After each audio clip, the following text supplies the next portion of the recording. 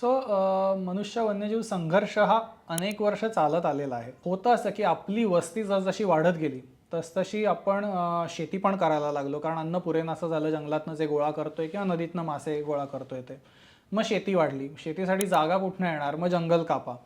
जंगल कापायला लागल्यावर जंगलातले प्राणी, त्यांना अन्न कमी व्हायला लागलं एक.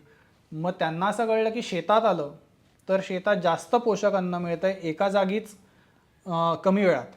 की जंगलामध्ये हरणांना समजा 1 स्क्वेअर किलोमीटर फिरावं लागतंय पोषक अन्न मिळवायला, शेतामध्ये ते एका एकरामध्ये पण मिळतंय रे, मग कशाला जंगलात फिरा. बरोबर. मग हे जे तृणभक्षी प्राणी आहेत, हरणांसारखे, डुकरांसारखे, हत्ती पण आता साऊथ इंडियामध्ये, हे शेतांकडे यायला लागले.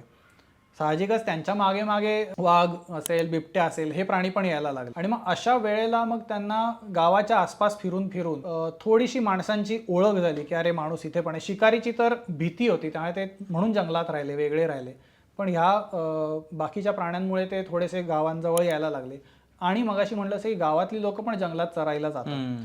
तर त्यामुळे ह्या दोन्ही इंटरॅक्शन्समुळे संघर्ष वाढायला लागला. संघर्ष होतो म्हणजे काय होतं की एकतर तुम्ही त्याला भीती दाखवली तर तो जंगली श्वापद तुमच्यावर हल्ला करतो. एक दुसरं असं होतं की मी गुराखी आहे आणि माझी गाय आहे आणि गावातल्या सगळ्या गायी घेऊन मी जंगलात चरायला घेऊन गेलो. एखाद्या गायीवर मी बसलोय, गायी चरतायत मोठ्या एरियामध्ये, कुठल्या तरी कोपऱ्यात वाघाने हल्ला केला, समजा माझीच गाय आहे, तर आपल्याकडच्या पाळीव प्राण्यांशी आपलं एक कनेक्शन असतं, भले ती गाय असेल, एक इमोशनल कनेक्शन असतं. तर खूप मी गुराख्यांकडनं असं ऐकलं की जे इंज्युअर्ड होते की साहेब त्यांनी त्याला हल्ला केला, गायीवर असेल, बैलावर असेल, मला वाटलं मी वाचवू शकेन. हो. तर मी त्या गायीला, बैलाला वाचवायचा प्रयत्न केला, वाघाने ते सोडलं आणि माझ्यावर हल्ला. सो एक ह्याच्यातनं हल्ला होतो.